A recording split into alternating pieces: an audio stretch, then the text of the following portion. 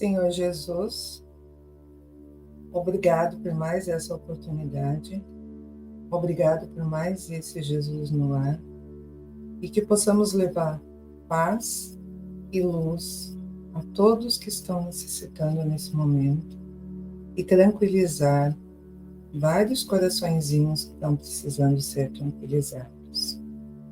Agradecemos a oportunidade que nos foi confiada. Que assim seja.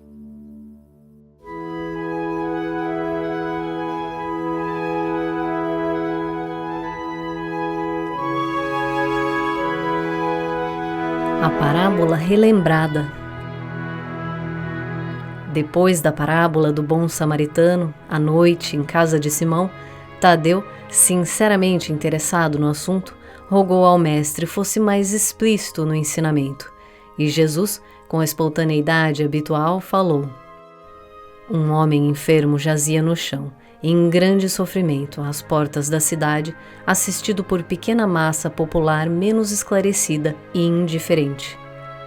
Passou por ali um moço romano de coração generoso, em seu carro apressado, e atirou-lhe 2 moedas de prata, que um rapaz de maus costumes tomou escondido.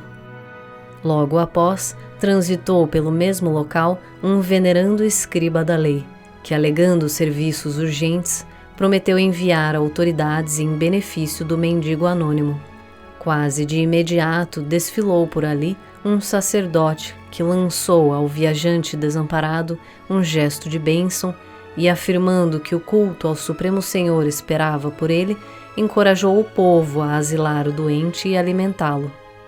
Depois dele, surgiu de relance respeitável senhora, a quem o pobre se dirigiu em comovedora súplica.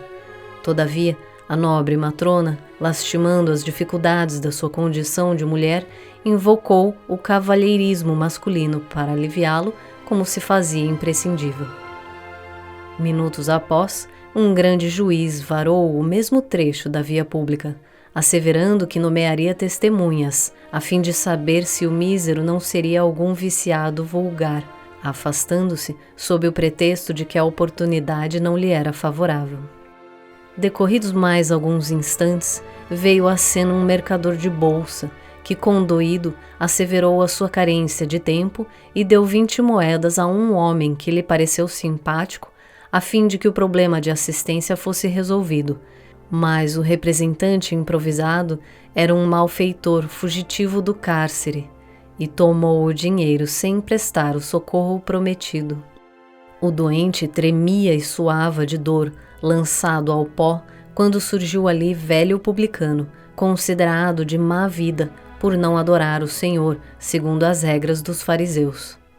Com espanto de todos, aproximou-se do infeliz, endereçou-lhe palavras de encorajamento e carinho, deu-lhe o braço, levantou-o e, sustentando-o com as próprias energias, conduziu-o a uma estalagem de confiança, fornecendo-lhe medicação adequada e dividindo com ele o reduzido dinheiro que trazia consigo.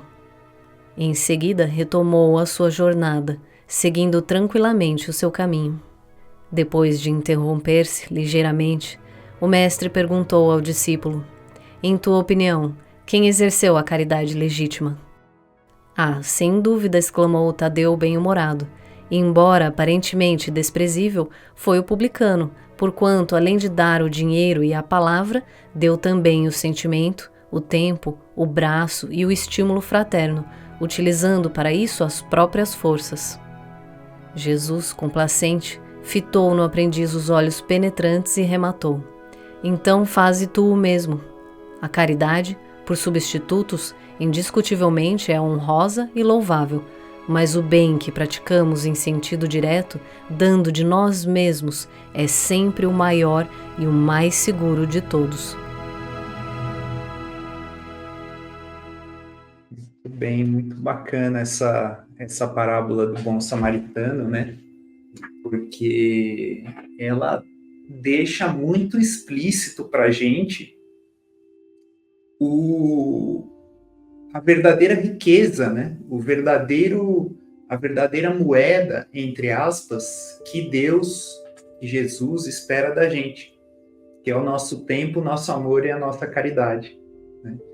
Embora aqui nesse mundo material nós ainda tenhamos o valor como um bem muito precioso, e mais recentemente, cada vez mais, o tempo também como um valor muito precioso, isso não parece que não é muito diferente do que acontecia há 2000 anos atrás, né? E até hoje, nós ainda, por algum motivo, consideramos os bens materiais e o nosso tempo como algo mais valioso, esquecendo de que esse estágio que nós fazemos aqui na Terra, ele é simplesmente uma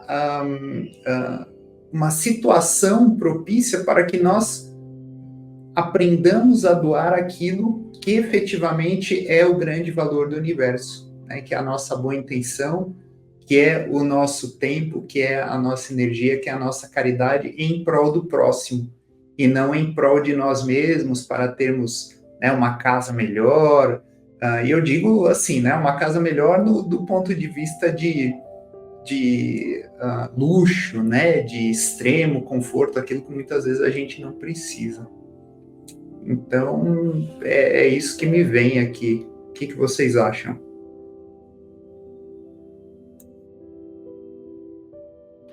Vou falar aqui. No último estudo, nós fizemos o exercício de nos colocarmos no lugar dos personagens da história, né? E eu consigo me ver também nessa história que é do bom samaritano, relembrada aqui, né? E consigo me ver no lugar de todos os personagens aqui, né? A gente, por vezes, a gente terceiriza a caridade para não estar perto, ou a gente arruma desculpas, né? E terceiriza a caridade de alguma forma. Ou paga para alguém, ou dá para alguém lá dar, não vai lá ver de perto o que está acontecendo. Desculpas, muitas desculpas. Eu não tenho tempo, que é o que você falou, né? Eu não tenho tempo, né? Eu não consigo ver pessoas muito doentes, ou eu não consigo estar perto de muito sofrimento, porque isso me afeta, ou porque isso, né? E, ao mesmo tempo, também eu consigo me colocar no lugar do doente ali, né? Que não sei como a gente julga todo mundo que chega perto da gente e não faz o que a gente quer, o que a gente precisa, o que a gente naquele momento está querendo, ou tá necessitando de alguma forma, né? Então, aquele lá não deu ouvidos ao meu problema, ou não se conduiu com o que eu sinto, então, dos dois lados eu consigo viver, né, nessa história. E, de fato, o que a gente tem melhor para dar, ou o que a gente tem para dar é o nosso tempo, né? Porque é só o que a gente tem, na verdade. Tudo o resto é emprestado, né? A gente está aqui, é tudo instrumento para a gente melhorar, né? Tem que pensar bastante quando deixa passar a oportunidade de ajudar alguém, né? Assim, de não dar um ouvido, de não dar um ombro, né? É interessante, essa história tem muito para conversar sobre ela, né?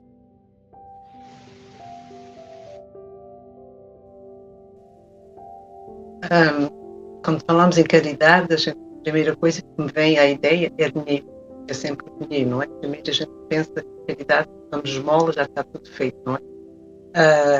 Como vocês já disseram, a gente nunca temos tempo, nunca temos de pagar, nunca é um bom momento para o fazer, e quando o fazemos, seja lá de qual a ação que tratamos, seja passar tempo, seja ajudar alguém, seja dar uma palavra, é sempre de fugida.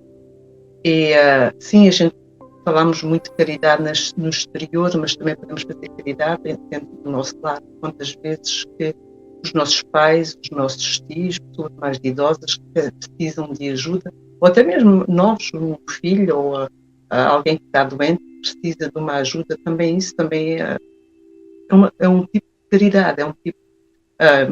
no fim de semana eu estive com os familiares e um deles contou-me uma coisa muito interessante. Ele é médico e ele vai ao domicílio e ele diz que foi visitar uma paciente e que a senhora já é bastante idosa, que está ali na cama toda velhinha, mas muito bem tomada, toma muito bem conta dela.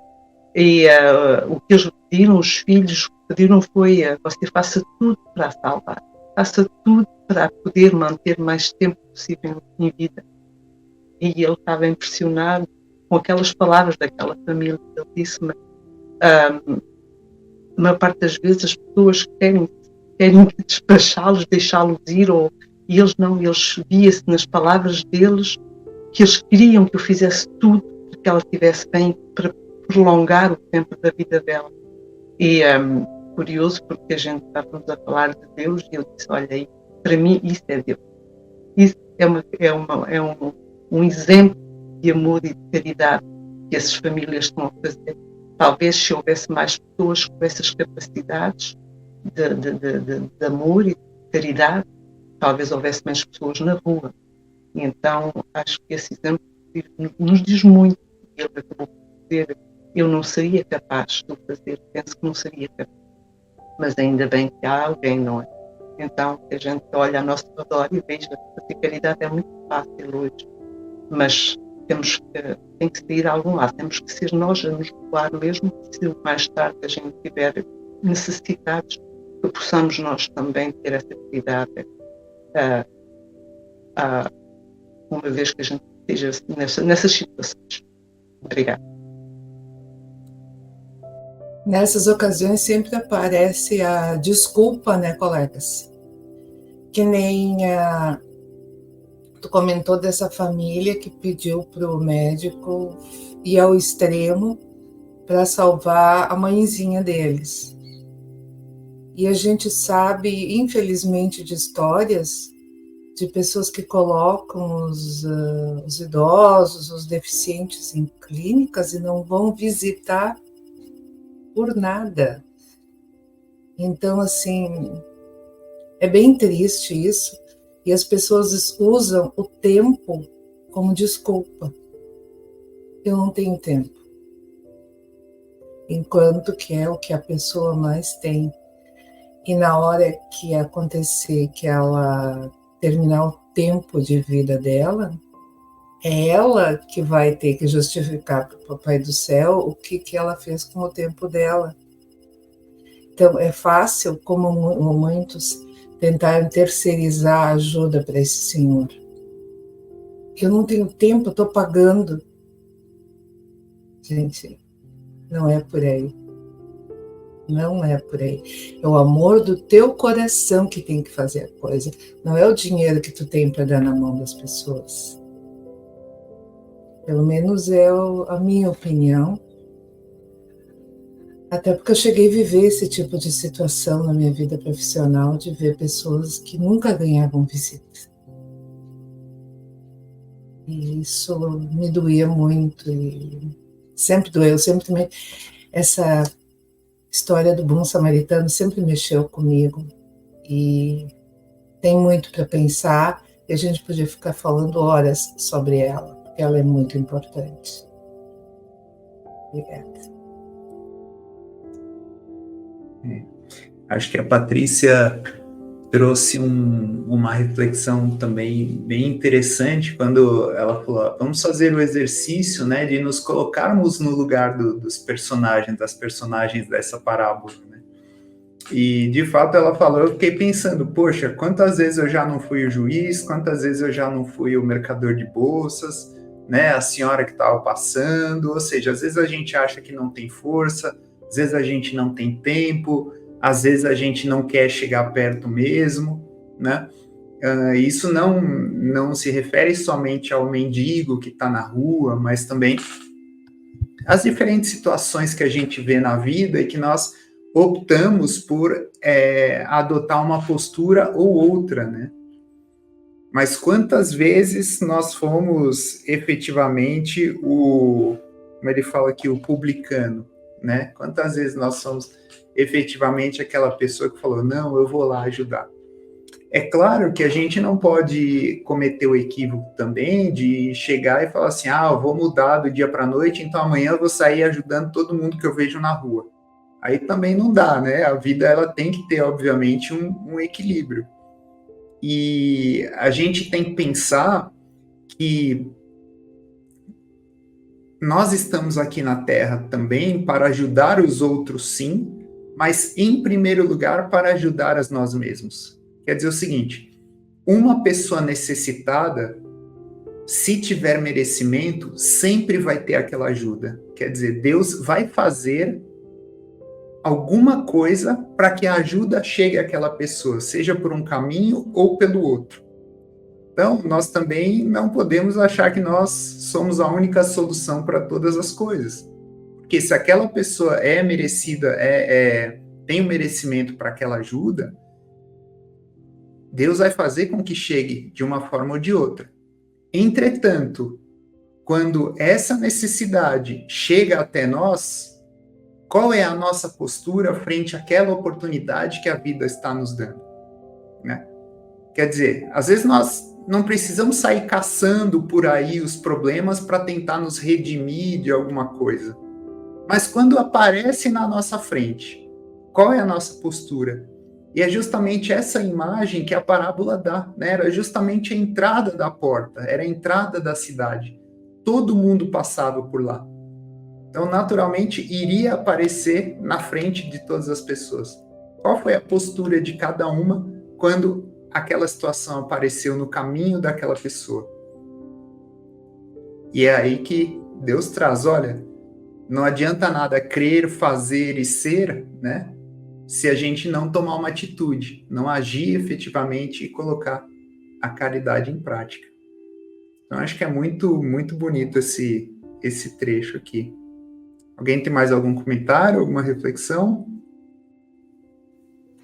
Tenho, sim.